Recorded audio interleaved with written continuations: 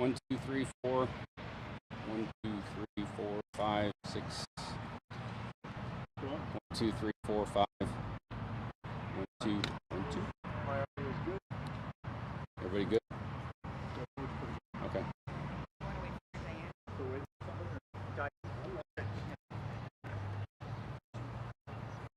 It comes out. I'm out. Walk away. Okay, we're done.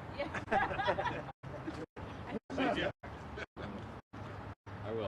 I'll just looks at me. I'm just gonna be like. Okay. Thank you.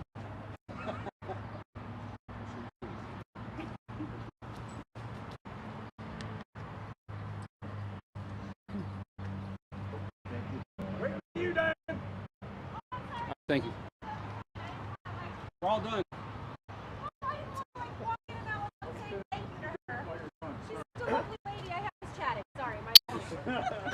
You're fine. All right, I gotta stop smiling now. Yeah. All right. You win. You guys ready? Yes, sir. Did we already give them the whole? He has to give us first and last name? Nope. Okay, first and last name. Okay, all right. Okay. Sergeant Glenn Fifield, Glen Fifield. This morning at about 4 o'clock in the morning, we got a call of an interstate road rage incident that had occurred on I-80 near Ripley Street. At about the same time that we got the phone call, the crash occurred westbound on I-94 at the 12.8 mile marker, single vehicle crash. Troopers arrived at the scene of the crash and were able to determine that the driver of the vehicle was deceased from apparent gunshot wound. The original caller that reported the road rage incident was able to pull over his vehicle on I-65 near 61st Avenue, which is 2 miles south of I-80-94. That individual has been since taken into custody pending further investigation by our department. I don't have any suspect information or victim information to release at this time. There's no further threat to the public. That's all the information I'm able to give you at the moment. I can't answer what questions I can if you have any. Who is in custody? One of the parties that was involved in the road rage incident. Did they stay behind or how did? Right. So one of the individuals called to say that he had been involved in a road rage incident. These two vehicles had a confrontation, and the original caller, he is in our custody right now with detectives. Is that person, were they in the vehicle that got shot at or in the opposing vehicle? That's one of the things that I'm sure the detectives are talking about with him right now to determine what exactly happened. So that person who's in custody was taken into custody 2 miles from the crash scene?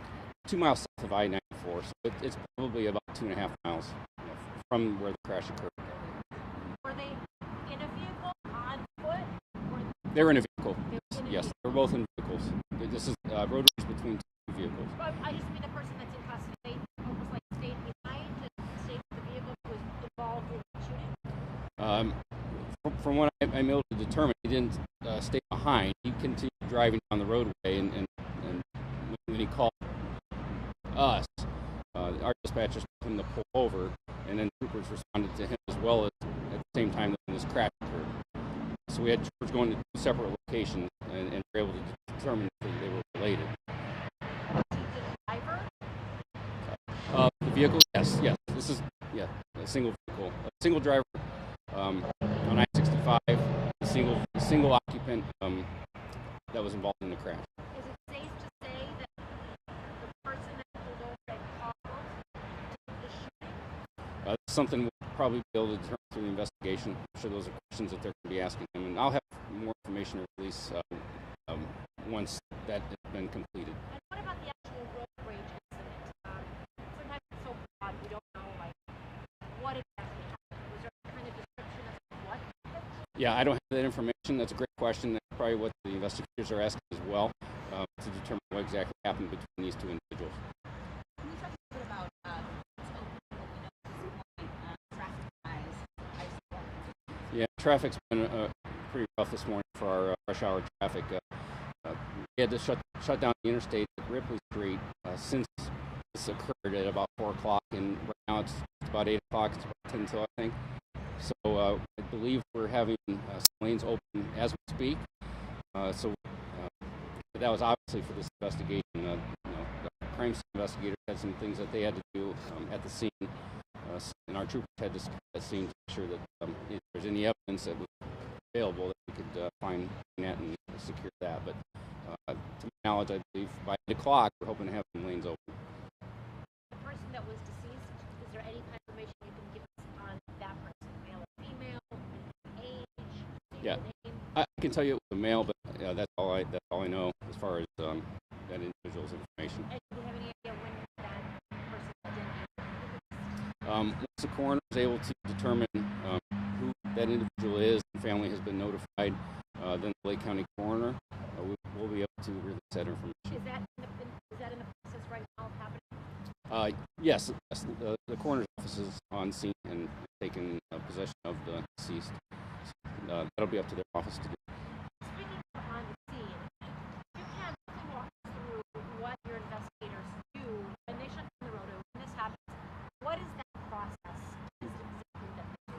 So it's a very detailed process. The responding officers at the scene, their first responsibility is to secure the scene and maintain the integrity of the scene.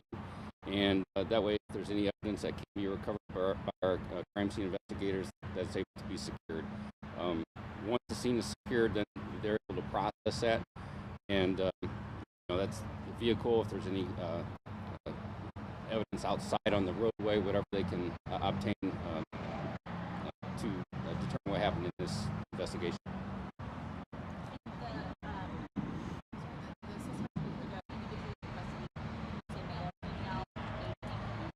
I can tell you it's a male that we're speaking with. Would you call this person a suspect? Yes, I would consider him a suspect this time. Did they recover any ballistic evidence on the expressway? We saw them out there looking around. Yeah, I know they were out there looking around. I'm not sure. I've not spoken to our CSI, our crime scene folks. They were very busy doing what they need to do, and I don't want to interrupt them. So I don't know if they've recovered anything or not. So a couple questions for you. Did the suspect have a weapon in the vehicle with him? I don't know. I did not speak, or I was not at that scene. I came directly to where the crash occurred. So that was something that once I'm able to talk with our detectives, we'll be able to comment further on that. And were there any other callers, witnesses, anything like that that may have reported it? Not that I'm aware of. Just to be clear, the suspect who called and said, "Hey, I was involved in the operation at this incident," then the crash happened, and then did they identify what vehicle they were in that led them to find him? Yeah. So at the same time that the individual was calling us to tell us that he was involved in the road rage incident, we got reports of a crash that occurred on I-94, and the troopers that responded to the scene were able to determine that these two were related. So. Great. We're okay. Okay. What about another update when more information is? Yeah. I don't think there'll be any further updates this morning. Our investigators got a lot of work to do. Once there is something, I'll be able to put that out as soon as I can. That'll be probably in the form of a news release, which will go out to all the media.